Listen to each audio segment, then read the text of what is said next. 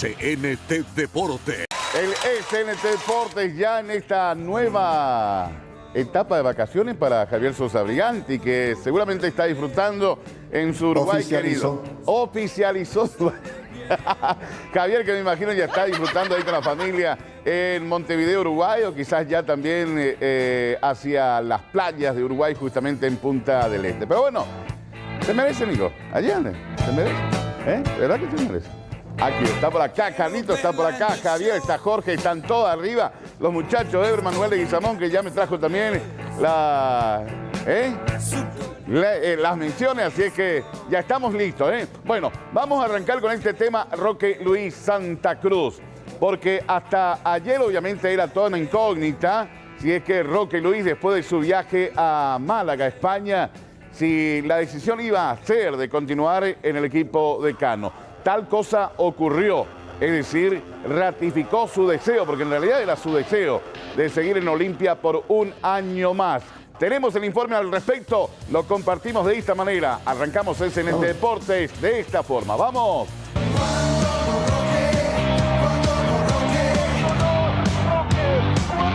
La incertidumbre que se había generado se disipó, aunque del entorno familiar del atacante y de la directiva de Para Uno se sostenía que la continuidad de Roque, el goleador, estaba asegurada e incluso todos los planes del 2020 se detallaron con Roque en la fila. Después del anuncio del futbolista en sus redes sociales, no tardó la respuesta del club por la misma vía. Nació en Para Uno, hizo del mundo su casa, lo adoptaron en cada rincón y se hizo leyenda llevando siempre a Olimpia en el corazón. Seguimos juntos.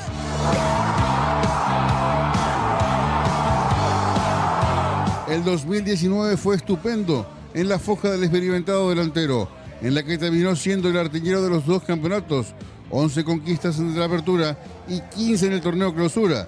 En este segundo del año marcó 11 tantos en los últimos 5 partidos consecutivos. Estuvo en 34 encuentros, 18 en la apertura, acumuló 2.440 minutos en el año y en la Copa Libertadores se alistó en 8 compromisos, marcando 2 goles.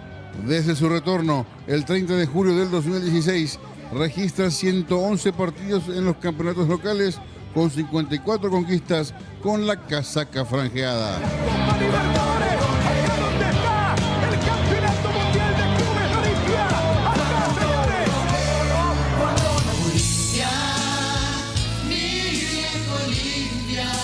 Bueno, de esta manera entonces la confirmación de Roque Luis Santa Cruz por un año más va a estar en Olimpia, obviamente va a tener la primera prueba, otra prueba más en realidad, Roque Luis Santa Cruz, la Copa Libertadores de América. ¿Y cuánto le cuesta a Olimpia retenerlo a Roque Santa Cruz? Una cuestión ya que seguramente ellos lo habrán definido, entre ambas partes siempre hay negociaciones y más todavía cuando se trata de un jugador como Roque, que es muy querido en Olimpia y él también le quiere mucho al Olimpia, así es que muchas cuestiones que tienen que ver con los números no creo que haya refuerzo? ¿Este otro refuerzo? No.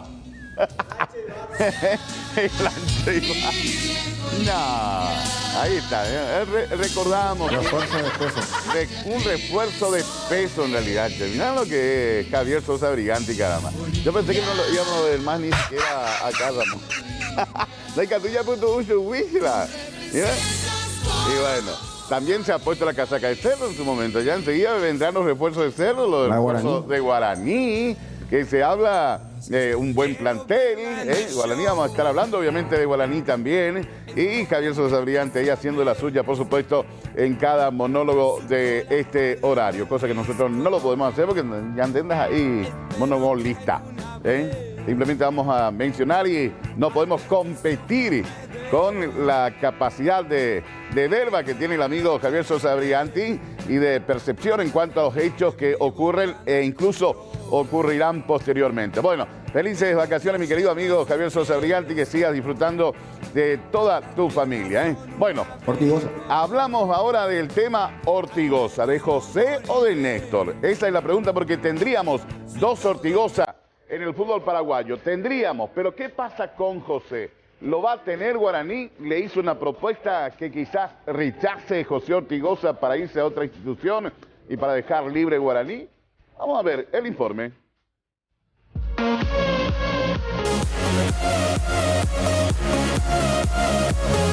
Hoy es el plazo en el que se debe saber la respuesta del atacante José María Ortigosa, de 32 años, en guaraní en cuanto a la propuesta de renovación de contrato que le acercó la directiva aborigen. Considerando las contrataciones de delanteros como Raúl Bobadilla, Eder El Pájaro Benítez y el argentino Nicolás Maná, se entiende que los dirigentes de Dos Bocas ya tienen conocimiento que Ortigosa optaría por no seguir. Incluso en estos días festivos trascendió que nuevamente desde Cerro Porteño existe un interés en volver a contar con el citado delantero que ya estuvo en Barrio Obrero entre 2014 y 2017. En cuanto al plantel que dispondrá en el 2020, Gustavo Costas, varios de los que fueron utilizados este año serán cedidos a préstamos, como Marcelo González a Nacional, Brian Ayala y Alberto Contreras, Ignacio Don, Luis Cabral. Estos 4 últimos pasarían a Guaireña Fútbol Club.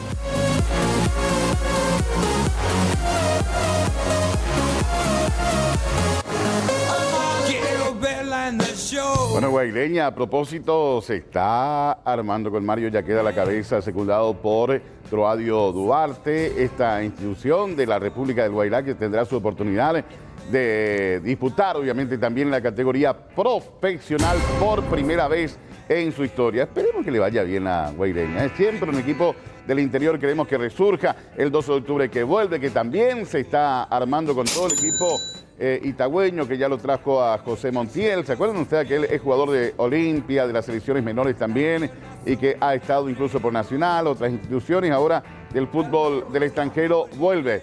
Promesa, eterna promesa, dice acá Gerardo. Y sí, pero por ahí de repente calza bien en el 12 de octubre, y por qué no darle una mano, lógicamente, al equipo itagüeño. Bueno, seguimos acá contigo, mi querido Aki. Obviamente vamos a estar hablando de Cerro Porteño, vamos a estar hablando del Chiquiarse, cuáles son los refuerzos que está pidiendo. Por ahora lo tiene acá en mente, no se ha oficializado absolutamente nada más allá de las intenciones. Hay jugadores que él va a hacer que surjan de las categorías inferiores, por ejemplo el caso de el hijo de Bobadilla, claro, que asomó la otra vez en primera división, y no vamos a decir que es malo. No vamos a decir que es malo. Tuvo buen partido el hijo de Aldo Bobadilla y que tendría su oportunidad también en el plantel. Recordemos que Chiqui Arce había dicho que cuando asumió la dirección técnica de que va a tener a 27 jugadores para iniciar la pretemporada el día de hoy justamente. Bueno, hoy arranca una nueva era de Francisco Chiqui Arce al frente de Cerro Porteño. ¿Y qué es lo que quiere la gente de Cerro Porteño con Chiqui Arce? ¿Salir campeón invicto otra vez? Sería una buena alternativa, pero lógicamente no pueden dejar de soñar con la Copa Libertadores de América, que es la ilusión que tiene el pueblo azulgrana con respecto a Francisco Chiqui Arce. Y se puede decir que es posible. Todo es posible. Va a arrancar de la segunda fase, es cierto. Va a tener que remar la Cerro Porteño para ingresar a la fase de grupos, pero todo es factible cuando hay una muy buena preparación, y más todavía con un técnico que conoce bien el medio, un técnico que lo quiere a Cerro Porteño. Ahora va a depender mucho de la calidad de jugadores que tenga para poder llegar lejos, porque si no va a ser otra vez otro fiasco. Bueno, así está la cuestión con respecto a Francisco Chiqui Arce. Betis. 11:40. Vamos a este material que tiene que ver con el Betis de peluche. ¿Por qué? Porque siempre que juega de local en esta etapa del año, el Betis suelta miles y miles de peluches que son donados obviamente a una fundación. Veamos lo que ocurrió en el estadio del Betis.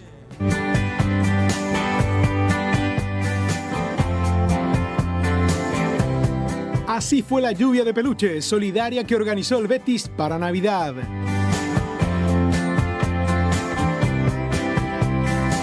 El estadio Benito Villamarín fue escenario de un masivo gesto solidario que tuvo lugar a pocos días de Navidad. Fue la afición del Betis la protagonista de una lluvia de peluches que luego fueron recolectados del terreno de juego y serán más tarde donados. El lanzamiento de peluches se realizó en el entretiempo del encuentro entre el conjunto local y el Atlético Madrid, que terminó con victoria para el cuadro visitante por 2-1 gracias a los goles de Ángel Correa y Álvaro Morata.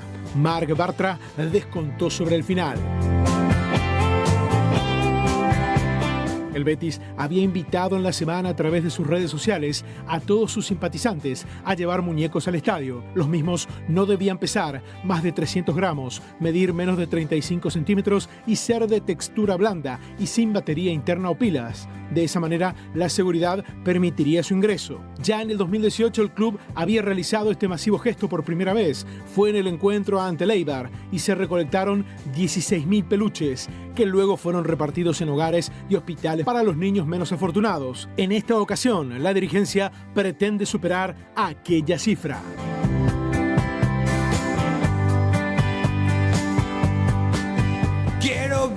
Bueno, esto ocurrió en el estadio del Betis, entonces, con respecto a esta lluvia de peluches que es ya tradicional desde hace unos años atrás. Bueno, pero también es tradicional aquí en el SNT Deportes, barcos y rodados. Nos vamos a la pausa, 32 grados la temperatura. Seguimos. 43, seguimos, no, qué pausa, ya tú ese. Ya tú ese y yo lo que popoa. Enseguida, ustedes saben, en el 50, el informativo del mediodía. ¿Qué hay?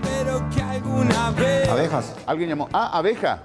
Digo, tengo a Jaina, pues no. Bueno, invasión de abejas. Esto ocurrió en un encuentro, señores. Para tener más detalles, este es el informe.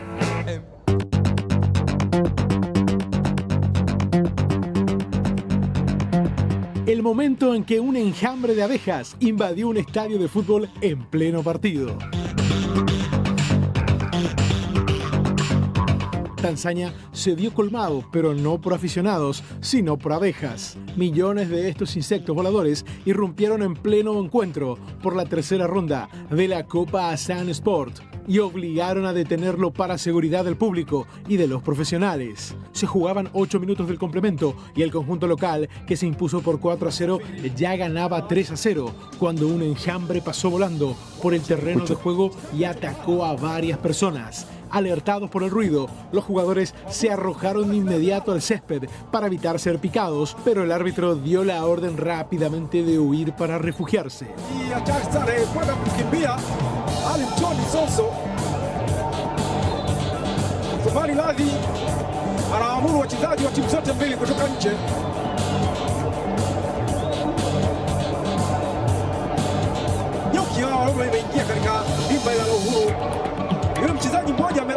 Las imágenes que muestran además a la gente corriendo en las tribunas se viralizaron por todo el mundo. El gran problema fue que los insectos no se iban y cuando parecía que finalmente volaban hacia otro lado, regresaban al terreno de juego, por lo que no hubo paz en el estadio durante varios minutos. Afortunadamente, el partido pudo reanudarse sin mayores complicaciones, ya que las picaduras de las abejas no resultaron peligrosas, más allá del ardor que provocaron en la zona.